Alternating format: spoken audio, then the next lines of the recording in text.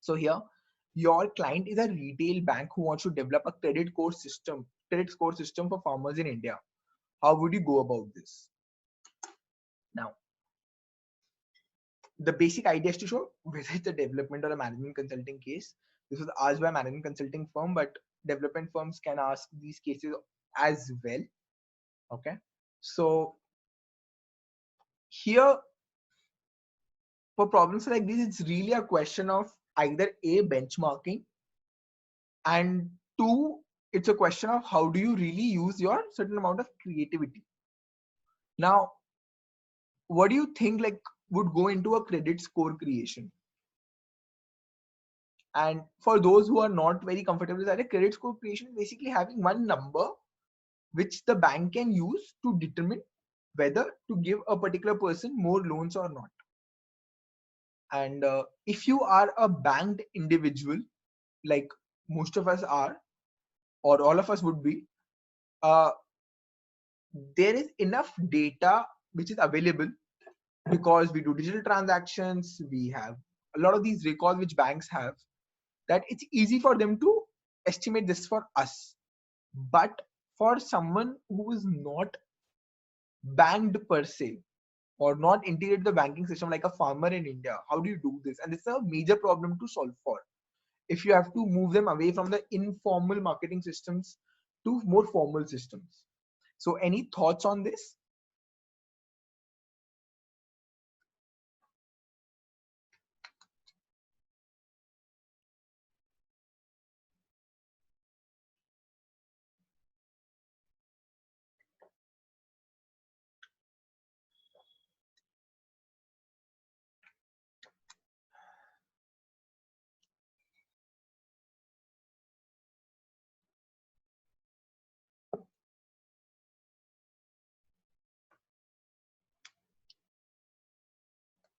Cool. So I'll basically mention this. Uh, Rohan, can you please explain what you mean, like create a score based on alternative data? Because the phrase alternative data is something I'm not very clear on. Feel free to unmute yourself and just explain what you're trying to say. Social media, texting, employment behavior. Well, for a different type of consumer, that would make sense. For a farmer in India, social media usage and texting might not be the best behavior. And again, employment behavior, they are mostly self-employed. But I like the approach that we clearly have to look at certain proxies. So Isha has a point about income, number of assets owned, age, area farm, number of people in the family would be factors to consider. Perfect. Basically look at two things. What does a credit score? So here, for people who are not very comfortable, your basic idea would be to understand what does the credit score really mention. It's to assess, hey, can I pay my liabilities? Whatever I owe, can I cover that? That's the confidence a bank is trying to estimate. Now, again, defining the problem in this way has already given me the solution pathway. So all I have to do is try to understand, hey, can this person pay their liabilities? And before they take on more liabilities, what are the existing liabilities that they have? So I would just want to understand their ability to pay and understand their liabilities. Now, if I get this, then I can start having a credit score. Now, with a problem like this, sometimes, initially when I got this problem, I got a little scared. How do I go about constructing, like what will be the weightage system? And even when I have come up with the factors, how would I go about actually getting up with a number? Don't think of such problems when you're beginning don't think of such higher order problems when you're actually solving the problem. In most such cases, your interviewer would only be looking for essentially the factors that they are considering, rather than ask you to go about a detailed study of the weightages and all of those things, because like I've mentioned many times before, those are longer term problems. It's a case interview. They only want to know how you think. So don't worry yourself too much about the complexity of the problem. They typically wanted to solve a simpler problem. And this is what happened in this case. So their ability to pay. So I would want to understand what their flow and what their stock is. Flow is basically what's the income that they have. Now here being MECE helps. So first is their ability to pay. I'm trying to break it down into flow and stock, that whether they are able to, what's their regular stream of income. For non-economics people, that's the flow, and stock would essentially be their assets. That if this person cannot earn enough per month to pay their liabilities, do they have something they can sell to pay off their liabilities? And then income, I can break it down into, now when I've solved this case with some of my friends, just because they are farmers, they just assume farm income is the only thing that they have. That's really not the case, right? A farmer can have various sources of income. There can be people in the family who are, let's say, working in the non-farm space. A farmer's family member could be employed in one of the allied industries in the village itself, or they might have remittances as a source of income from someone who's living outside. So make sure that you do not assume just one income source. My basic way of solving a problem is not to always just, if you would have seen how I solved the case, you would have seen I first draw this fork and then I actually write something, because the fork forces me to think that there is more than one possibility here, and then if I'm wrong, I'll just cross it out. So always think that there's more than one thing involved in this. So farming income,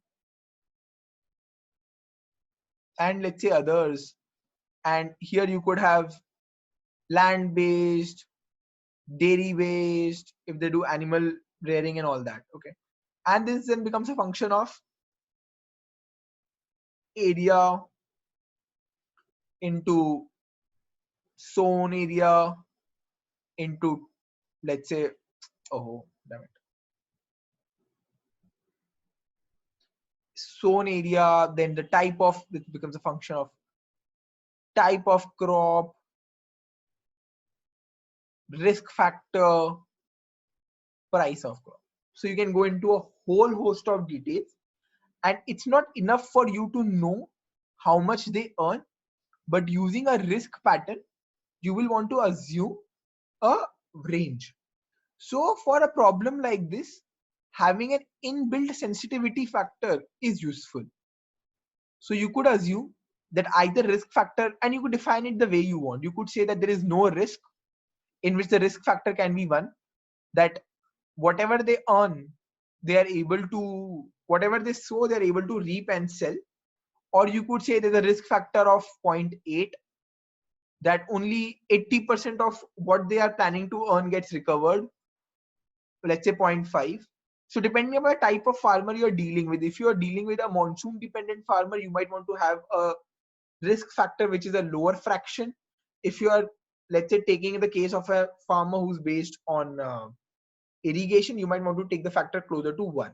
So again, a small point but a relevant one. Okay, so that's how you'll break down income. Stock is your assets. Now again, assets could be movable or immovable. That's one way of breaking it down. Or could be, let's say, farm based assets and non-farm, and then you could break it into movable and immovable, and farm based you could move it movable and immovable. You could make it living, non-living, if you want to like deal with animals separately. Okay, so again, the idea here is to break it down and to stretch your thinking on what all factors can be. So non-farm movable could be something like your bicycle. Non-farm immovable could be the jewelry in the house, could be any kind of electronic that you have. All of these are going to be proxies. Now you don't know which are the factors that you might end up considering, but let's list them down. And then liabilities. Now liabilities is a little more tricky here on how do you estimate. And again, there could be multiple ways of breaking this down. One could be, let's say, existing liabilities and what you assume as an upcoming liability. Existing liabilities, any kind of loan that they already have that they don't have, or any kind of money that they've already taken. Now this could be formal or informal, that they could have taken informally from the money lender, from the or some family member. So you could break it down into money lender or family and friends. So you could break this down into any number of things that you want. Now upcoming, I think this is where the most amount of creativity was required, which is what are the risks that you anticipate when it comes to the farmer. The farming related risks have already been considered up here. The existing liabilities are here. What could be the upcoming liabilities? And without any value judgment or being political, you'll have to consider what the realities are. So you could look at the number of people in the household and look at, okay, in the next 5 years, does he have children to be married off?